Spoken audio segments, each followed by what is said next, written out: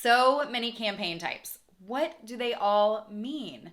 Well, welcome to today's video where we're going to dive into the 5 different campaign types that you can use on Pinterest, plus which one you should pick based on your product, your service, or your overall goals. Hey there, I'm Erica, Pinterest marketing strategist helping business owners make Pinterest marketing easy with simple strategies that get results. I want you to give me a thumbs up if you've ever peeked at the ads dashboard inside of Pinterest. Or better yet, give me a thumbs up if you're avoiding it altogether. Now, this was me. I 100% get it. Even as a Pinterest strategist starting out, I did not jump into Pinterest ads management right away. In fact, I only started with organic management, optimization, and growth. In fact, the first time I ever explored the ads dashboard inside of Pinterest, I was so nervous that I was going to somehow publish on an ad and start spending money. But little did I know that that's not quite how things work.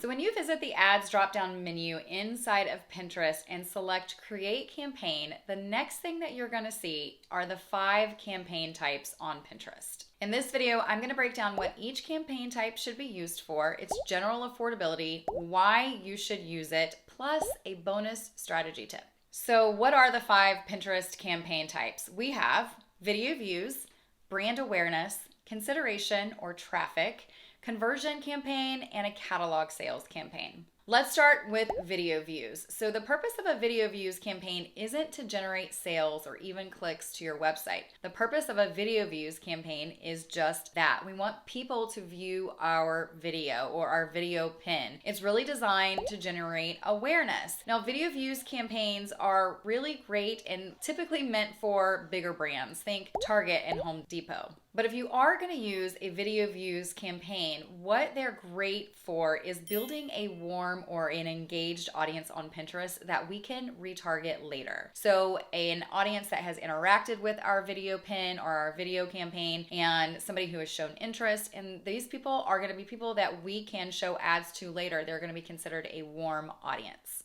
Now, the cost for a video view campaign is relatively low. So that leads me to my strategy tip, which is to use a video view campaign to build your audience on Pinterest. Now, if you're just starting out with ads on Pinterest, or if you're starting out on Pinterest in general, your engaged audience might be a bit smaller on the platform. So you can use a video view campaign to build up that engaged audience, because we know that an engaged, warm audience is one who buys.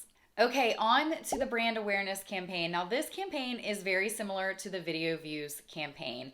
We are trying to build awareness for our brand or for our business. So more than video views, we want people to engage with the brand awareness campaign. We want them liking and commenting and saving.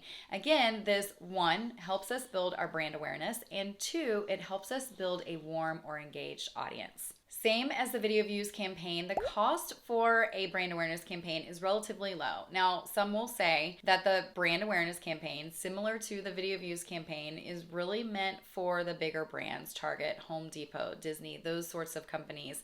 But that doesn't mean that we can't use a brand awareness campaign to build our warm and engaged audience. So my brand awareness strategy tip here is to use an idea pin in your brand awareness campaign. So why an idea pin? Well, because if you've watched previous videos, you know that Pinterest has invested a lot of money into idea pins.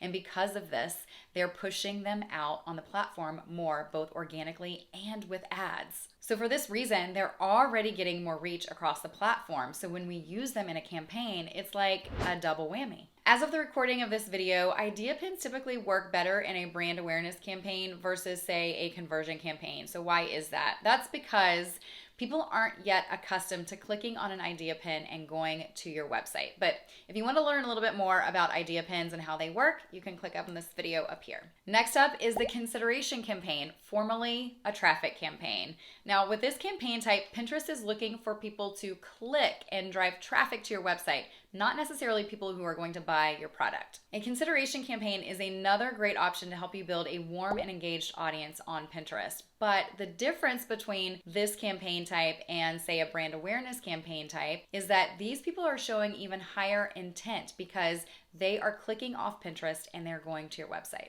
In terms of cost in a consideration campaign, your measurement here is a cost per click or CPC, and they are generally on the more affordable side, which means that you can generate a lot of traffic for a lower daily budget if your ad and your targeting are on point. Strategy tip for the consideration campaign. Once you get to a sales or a conversion campaign, always leave a low-cost consideration campaign running in the background. This will help you continue to feed the top of your funnel with a warm audience that you can retarget later for sales. So I want to add a very quick side note here. If you are an Etsy seller or somebody who wants to promote affiliate offers with Pinterest ads, the only campaign type that you can run is a consideration campaign. The reason for this is because you cannot add the Pinterest tag to your Etsy site or to your affiliate offer website. So you cannot track the conversions. So if you do want to run ads, you can absolutely do that, but you have to do it with a consideration campaign, and just know that you're not going to be able to track your sales on Pinterest. All right, let's move on to the money maker or the conversion campaign. Now, a conversion campaign is designed to do just that. Pinterest is looking for people who want to buy. In general, the conversion campaign is going to cost more, just like you may find for sales or conversion campaigns on other platforms. Strategy tip for conversion campaign. I actually have a couple. So the first one here is your minimum daily spend should be $20. That is the absolute minimum. More if you can. Pinterest says at least $50, but I have seen results with starting at $20 a day if you are working with an engaged or warm audience, or you know exactly who you're targeting on the platform. Which leads me to my second strategy tip. You can target a cold audience with a conversion campaign if you know you're targeting, if you know exactly who your audience is on Pinterest. You can also use a cold audience if you know that your product is something that is regularly searched for on Pinterest. A couple of examples may be health and wellness products, gifts, that sort of thing. In general, a warm audience is going to convert better than a cold audience on Pinterest. Again, the warm audience is somebody who is already familiar with your brand. They've interacted with your pins or your content on Pinterest. Maybe they've even visited your website. If you want to test both a warm and a cold audience, make sure you test them in separate campaigns rather than putting both ad groups into one campaign. Now, the reason we do this, the reason we test them in separate campaigns is because if you put them both into one campaign, the cold audience is almost always going to pull the majority of the budget. So it's not really an apples to apples comparison. And the cold audience is going to pull the large majority of the budget because the colder audience is generally going to be a larger audience. So it's going to take more money for Pinterest to find the people that are going to buy your product. Now onto the fifth and final campaign type, and you might say that I have saved the best for last because this is my absolute favorite campaign to run on Pinterest, and that is the catalog campaign. Now, the caveat here, to run this campaign type, you must have a product catalog connected to Pinterest.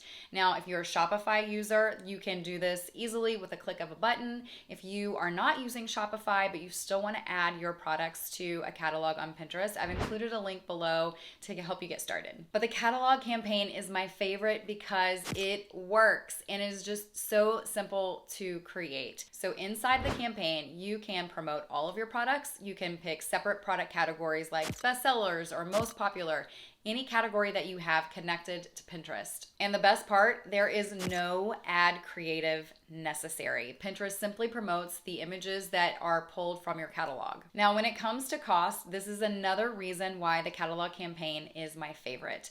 For just $10 to $15 per day, my clients have seen returns of over 7x and as high as 12x.